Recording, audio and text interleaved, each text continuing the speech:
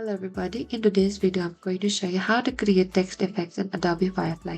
The text effects feature in Adobe Firefly developed by Adobe allows you to turn simple text into creative style designs instead of plain fonts. You can make your text look like it's made of flowers, fire, metal, neon, or almost anything you imagine. First, open any of the web browser you prefer. In the top there's an address bar, type on firefly.adobe.com and enter it. And after that, what you can do is you need to go to this Adobe Firefly and enter your text. In the text box, type the word or phrase you want to design here. Example, hello. And short words usually give cleaner and more detailed results. And what you can do is you can simply select and over here go to this more. And after that, what you can do is you can type down the word up. And after you type down the prompt, what you can do is you can click onto this generate here. And this description tells the AI to how to style your text as well. And after you're done, Firefly will create multiple versions of your style text within the second and pick the design you like the best you can. And once satisfied, you can save your text effects as an image as well. Thank you for watching this video. I hope I could help you. If you have any queries or confusion, please comment down below and we will reach out to you very soon.